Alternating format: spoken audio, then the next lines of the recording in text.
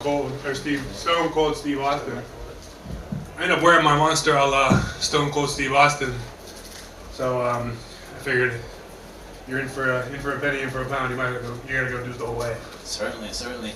And talk to me about that victory. I mean, it was quick. Did you expect to run through your opponent that quickly? No, I thought it was gonna be long. I thought it was gonna be a long day. I really did. And yeah, Rakim's fought.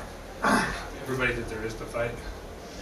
So I thought that, I mean, I was obviously hoping to get in there, get him out of there, but no, I really thought I'd be in for 15 minutes of fighting. Sure. And you're 10-0. That's a nice number. 10 wins, 0 defeats. How happy are you with the progression of your career? Because it seems like it's been escalating quite nicely. Yeah, I mean, everything's on the right track, but that's not because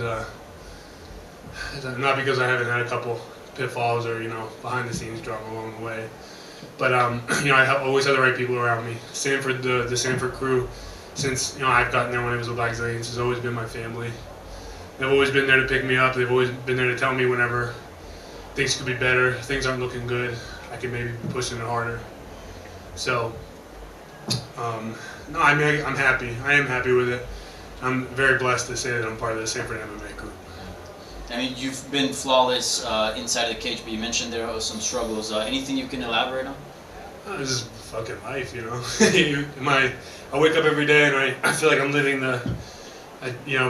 my childhood fantasy of being, a world-renowned warrior and going out there fighting people for money. But, that said, life, just little life things happen. But like I said, I'm very fortunate to have the right people around me.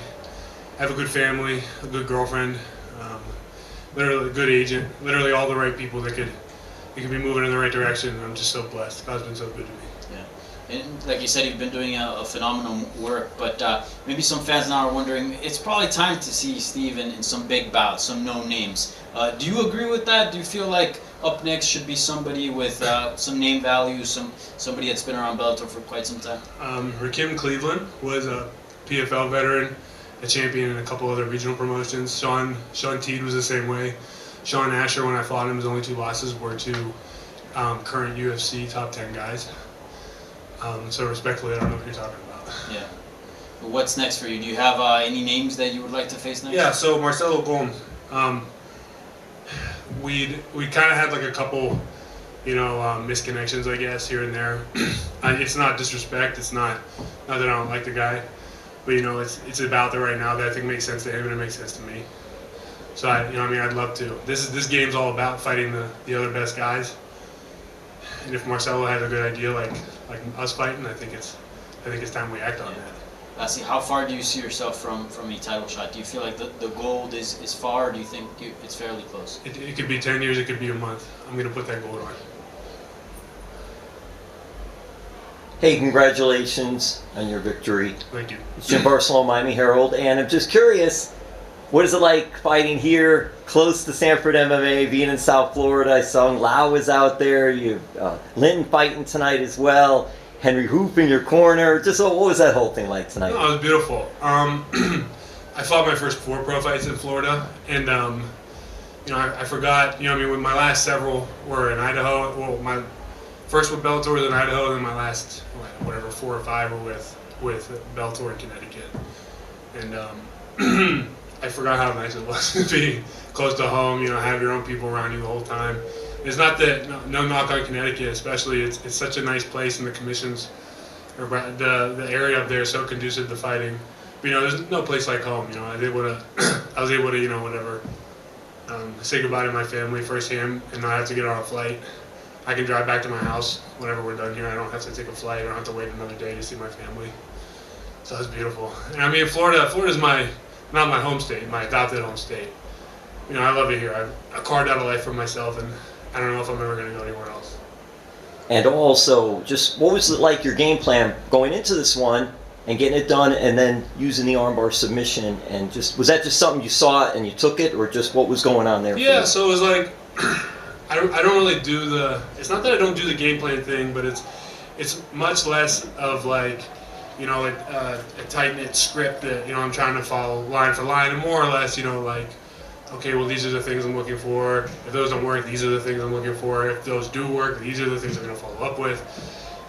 So, I mean, that said, the fight did go about as according to plan as, we could have hoped. But, that said, there's always things you can improve on. Gilbert's here, my coach. We're on our way back, and there's already a few things I think he and I are going to touch on, before we sign for the next one. So I'm looking forward to it. I'm looking forward to getting better, using every season of my life, every few fights to get better. And lastly, for me, it was a nice homage to Stone Cold Steve Austin. Have you been practicing that, or is that just experience? Absolutely not. I wasn't allowed to watch pro wrestling when I was a kid. My dad hated it. He thought it was, he thought it was an abhorrent, abomination to sport and entertainment.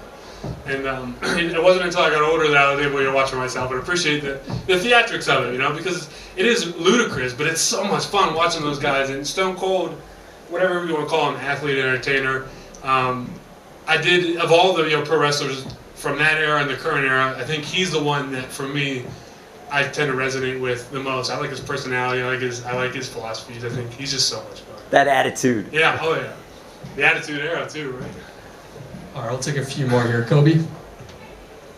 Hi, Steve. Great performance. Looked like just another day at the office for you when it comes right down to it. You picked Gome. Great choice, in my opinion. You're both coming off now fantastic, impressive performances. Where do you think you have an advantage over Gome, or do you? No disrespect, but everywhere. And it's not. I think Gome's very good. I think he's wonderful. I think, like you said, his last few fights, he's really turned a corner. He's really added a lot of new nuances to his game. But it's a challenge I look forward to meeting head on. That's a fight I want to see too, buddy. Awesome. Well, I have a feeling, like I said, out there. I don't know if it'll be today. I don't know if it'll be tomorrow. I don't know if it'll be 10 years from now. I feel like me and him and me and a lot of the other Bellator top 10 are gonna have business. Last one here, Jay. Thanks very much. And Steve, congratulations on the win tonight. You told me before the fight you weren't allowed to watch the X-Files as a kid. Your dad wouldn't let you watch pro wrestling as a kid. No, that's what I'm saying. He didn't let me watch pro wrestling. I wasn't allowed to watch it. Yeah, what was his reaction when you said, "Hey, I'm going to be a professional fighter"? Oh, he laughed it off. Both my parents did. And that's interesting to see how life comes full circle like that. Like my parents both. I asked them both, and they both thought I was probably going to go the route of like a teacher or a professor, or whatever, like the education, some kind of whatever. What's the word? A cerebral job, And look at me now, punching people in the head for money. Well, there you go. A cerebral assassin to borrow from wrestling as well. Yeah, I mean, you're telling me. I know Stone Cold, I know The Undertaker, I know The Rock, and that's about the beginning and the end of it. All right.